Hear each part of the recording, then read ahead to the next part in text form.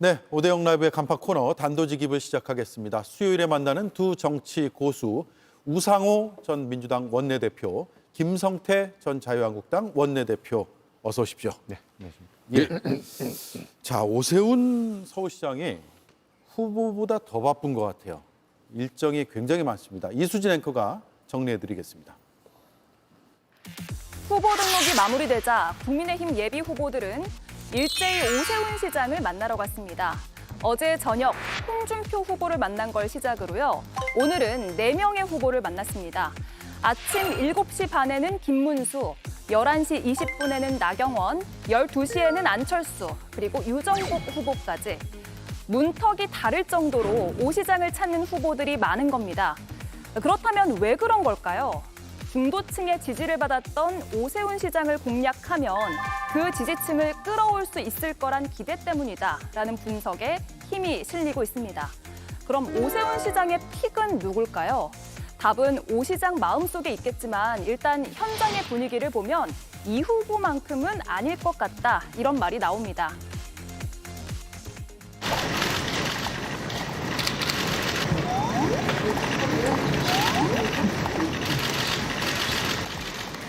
그렇죠? 네.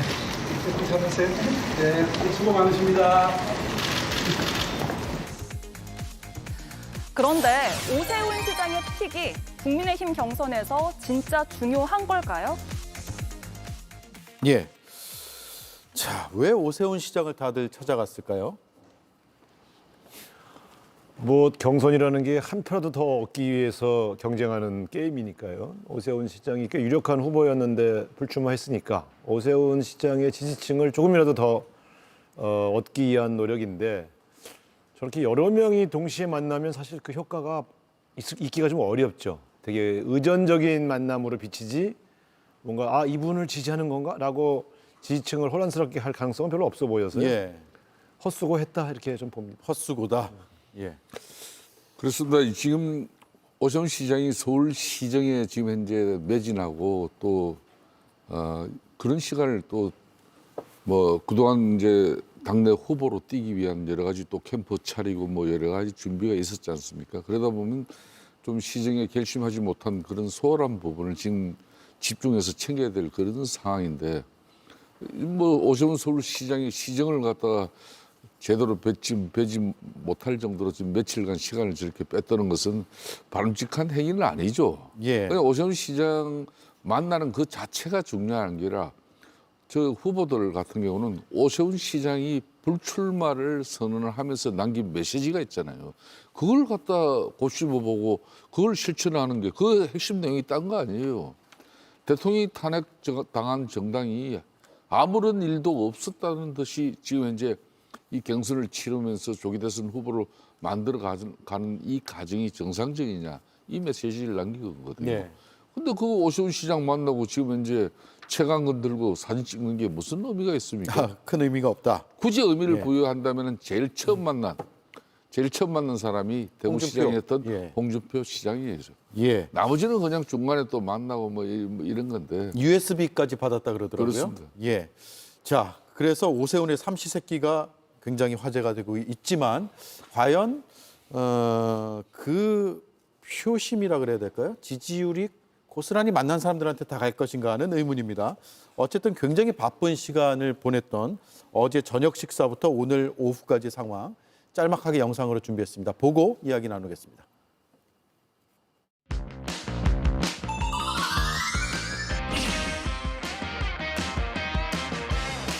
공약집과 USB까지 건네주면서 꼭 성공을 해달라 부탁의 말씀도 있었고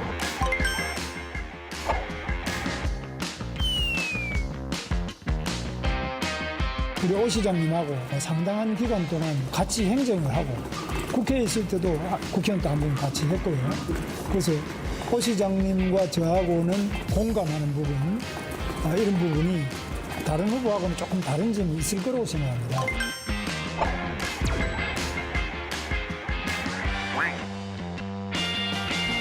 아시다시피 오 시장님이나 저나 서울을 배경으로 해서 서울을 근거로 해서 활동했던 정치인이기 때문에 그동안에 많은 교류가 있었습니다.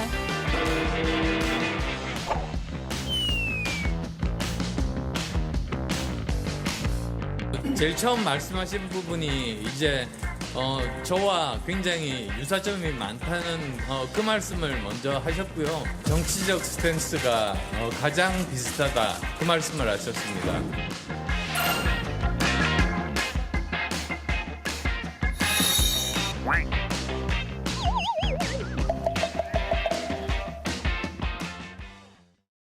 예.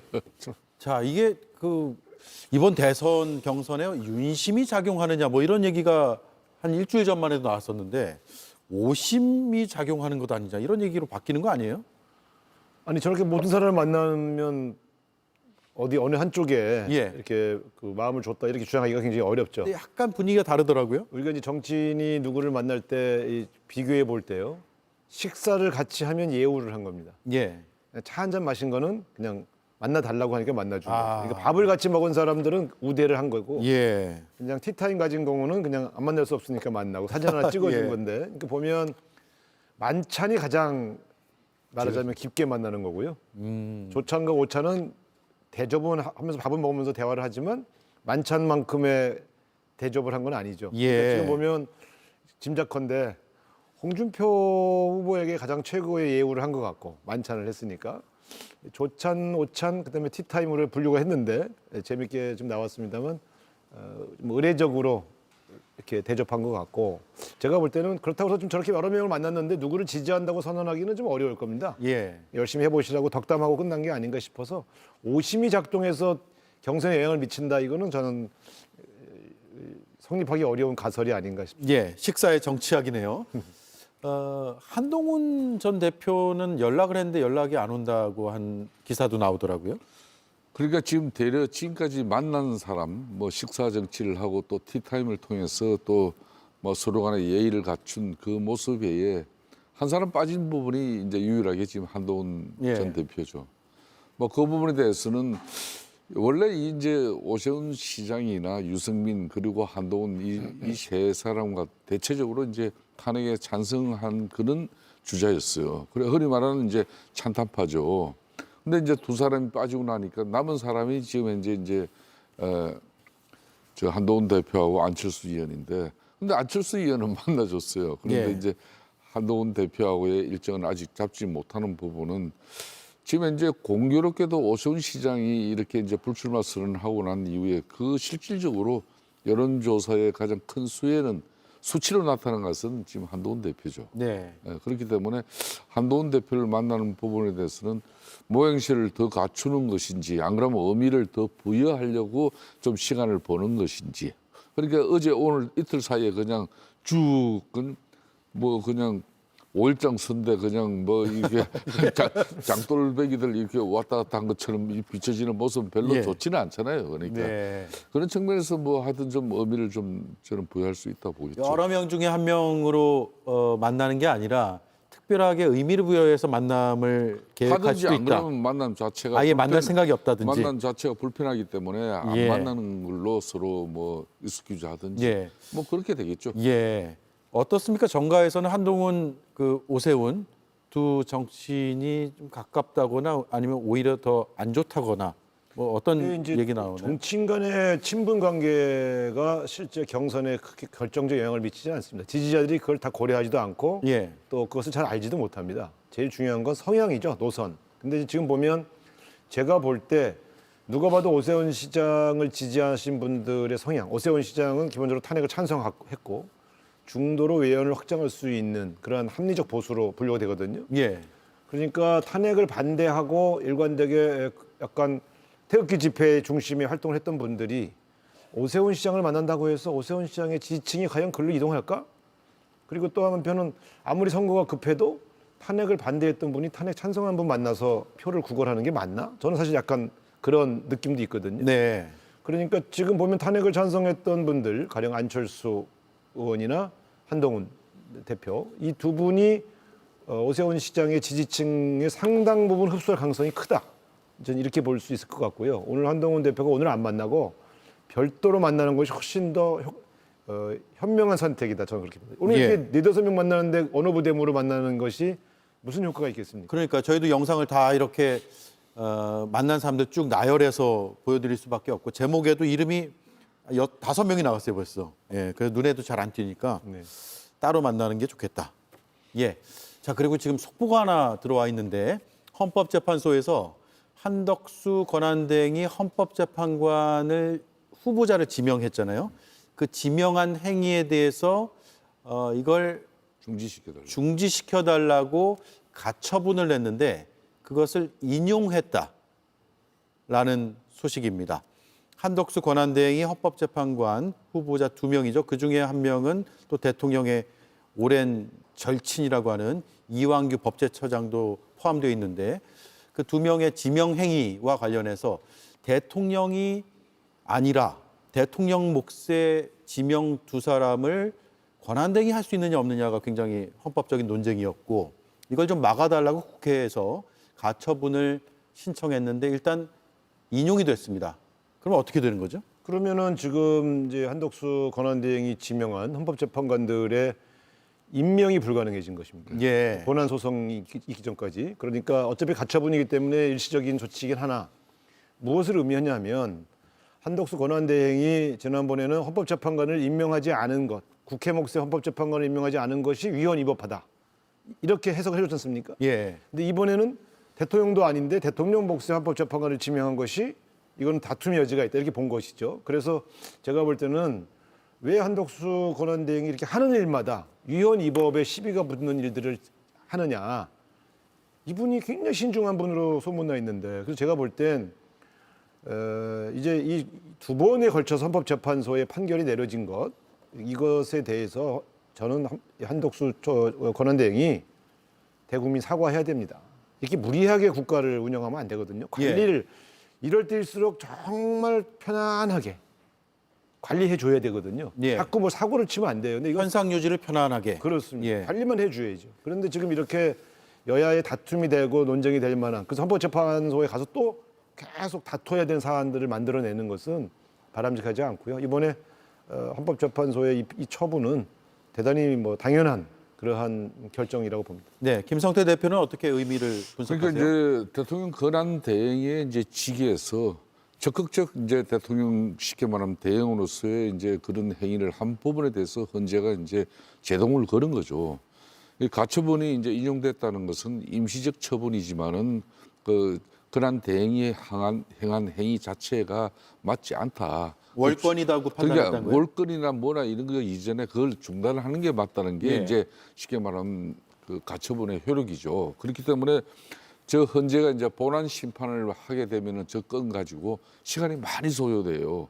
많이 소요돼 가지고 내리는 결정보다는 지금 현재 대행으로서 이 결정한 그 자체는 지금 현재 임시적 처분을 통해 가지고 이제 그 권한이 맞지 않다. 그렇기 때문에 대체적으로 가처분이 인용되면은 본 심판에서도 이제 사실상 유리하지 않죠. 예. 그렇다면은 뭐 저 결과를 한덕수 대행은 또 겸허히 수용해야 되는 것이고, 그럼 앞으로 이제 또 이 조기대선 정국에서 이제 한덕수 대행의 이제 역할에 대해서 본인이 이제 상당히 좀 적극적 행보에서 좀 되려 현상 유지적 소극적 행보로 이렇게 좀 상당히 위축될 수 있다고 저는 예. 판단합니다. 물론 이게 본안 판단까지 나와봐야겠습니다만 일단 가처분으로 그동안 권한대행의 권한 행사는 어디까지 가능할 것인가에 대한 논쟁에서 저 부분이 이제 일단락을 한번 시켜준 거 그렇죠. 아니에요? 2017년 이제 박근혜 대통령 탄핵 이후에 한교안 권한 대행 당시에 이제 그 갈래가 있기 때문에 예. 일정 부분 헌재가 그때 이제 한교안 총리 권한 대행 같은 경우는 대통령 권한 대행이지만은 대통령 목 결정도 이거는 자기가 하지 않겠다. 네. 좀 뒤로 밀었죠. 뭐 그런 부분이 오늘 가처분 인용 결정에 좀 영향을 상당히 준 것 같기도 합니다. 예, 가처분의 결과 그 과정까지 어떤 판단이 있었는지는 좀 더 지켜봐야겠지만 임명을 했을 경우에는 회복 불가능한 그런 피해가 있다고 발생하기 때문에 통상적으로 가처분이 인용이 되는데 그런 판단이 아닌가 싶기도 하고요. 좀 자세한 소식이 들어오면 전해드리겠습니다. 그러면 대통령 선거가 이제 48일 앞으로 다가왔는데 대선 전까지는 임명이 사실상 불가능하다고 보면 되겠네요. 불가능하죠. 그러니까 이것은 이제 이런 겁니다. 선출된 권력인 대통령만이 인사권을 행사할 수 있다. 적극적으로. 이 관리를 할 수밖에 없는 권한대행은 선출된 권력이 아니므로 적극적인 인사권을 행사할 수 없다고 하는 해석이 넌 내려졌다고 봐요. 그래서 더 이상 이거 갖고 더 여야나 헌법자 총리 권한 총리하고 싸울 일이 아니라 예. 이제 한 50일이면 대통령 새로 선출되지 않습니까? 어차피 이거 법원에서 맨날 싸워봤자 50일 안에 결정 안 나잖아요. 그러니까 제가 볼 때는 지명을 철회하고 50일 이후에 당선된 신임 대통령이 대통령 몫의 헌법재판관을 지명하고 임명하는 것이 맞다고 봅니다. 예. 차기 대통령이 지명 임명하면 되는 것이고 철회하는 것이 맞다. 대국민 사과도 필요하다는 게 우상호 대표의 의견입니다. 본안 판단은 또 본안 판단대로 기다려 봐야 될 것 같고요. 저희도 본안으로 돌아가겠습니다. 예. 예. 자, 국민의힘 경선 이제 4명으로 다음 주에 압축이 되잖아요. 그렇습니다. 4명 누가 될까요? 이거 한번 많은 분들이 따져보고 있는데 김성태 대표는 그러니까 어떻게 지금 보세요? 현재까지 11명이 이제 입후보 이제 신청을 해가지고 이 4명으로 이제 8명으로 지금 오늘 이제 압축했잖아요. 그래서 한 4명 정도는 3명인가 그렇게 탈락을 했어요. 예. 그리고 다음 주 이제 화요일 26일 날 이제 또 4명으로 출연해요. 또 그 다음 주에 이제 최종 파이널 2명으로 출연하는 거죠. 그러니까 이제 지금 뭐 사실상 김문수, 홍준표, 그 다음에 한동훈 이 세 후보 같은 경우는 이 4명 들어가는 그 부분에 이미 뭐 안착했다고 해도 과언이 아니죠. 예. 마지막 한 명이 누가 이제 그 성착권을 확보할 것이냐. 대체적으로 원래 이게 보면 오세훈 시장이 출마했으면 오세훈 시장이다라고 얘기가 그렇게 끝날 됐었잖아요. 수가 있었죠. 예. 그렇지만은 예측상으로는 이제 대체적으로 이제 8명 중에서 3명은 안착됐다고 보고 나머지 5명이 남은 가운데 이제 2명이 이제 의미 있는 지금 상당히 대기를 벌리고 있어요. 그 2명이 이제 안철수 후보하고 나경원 후보인데 이거는 진짜 예측이 지금 불가해요.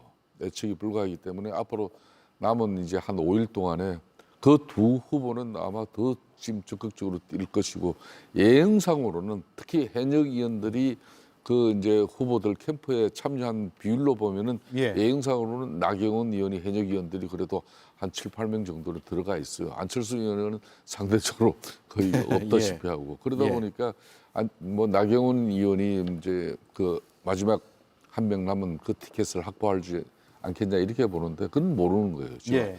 안철수 후보가 오세훈 시장 사태 이후에 그러니까 중도 측에 상당히 소구력이 있기 때문에 합리적 또 보수의 그 판단이 또 남아 있기 때문에 그 결과는 예측할 수 없습니다. 예.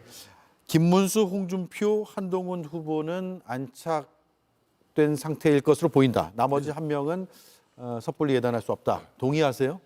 아니 뭐 어차피 그 국민의힘 사정은 제일 잘 아실 테니까 제가 뭐 알갈부할 일은 아닌 것 같은데 확실히 이게 이제 조직적인 선거인 경우에는 조직이 센 사람이 누구냐 이런 분석도 하지 않습니까? 그다음에 또 그 누가 국회의원을 가장 많이 확보하고 있느냐 뭐 이런 분석들을 하는데 일단 경선 자체가 이번에 1차 경선 이제 통과는 여론조사 방식으로 하게 돼 있기 때문에 여론조사의 결과물들이 지금 누적돼 있지 않습니까? 3, 4일 사이에 지금까지의 여론조사 결과가 갑자기 뭐 확 뒤바뀌는 일은 거의 없거든요. 특히 선두주자인 경우는 그러니까 1, 2, 3위 정도는 지금 뭐 김 의원 말씀대로 거의 안착됐다고 보면 나머지도 결국 인지도 싸움인데 제가 볼 때는 나경원 의원이 여러 번의 당내 선거에 출마를 해서 갖고 있는 인지도가 있고요.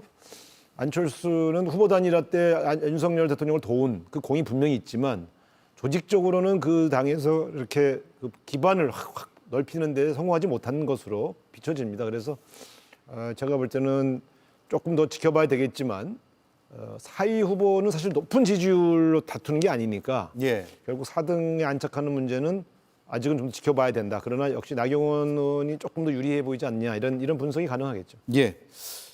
네, 국민의힘은 여기까지 짚어보고요.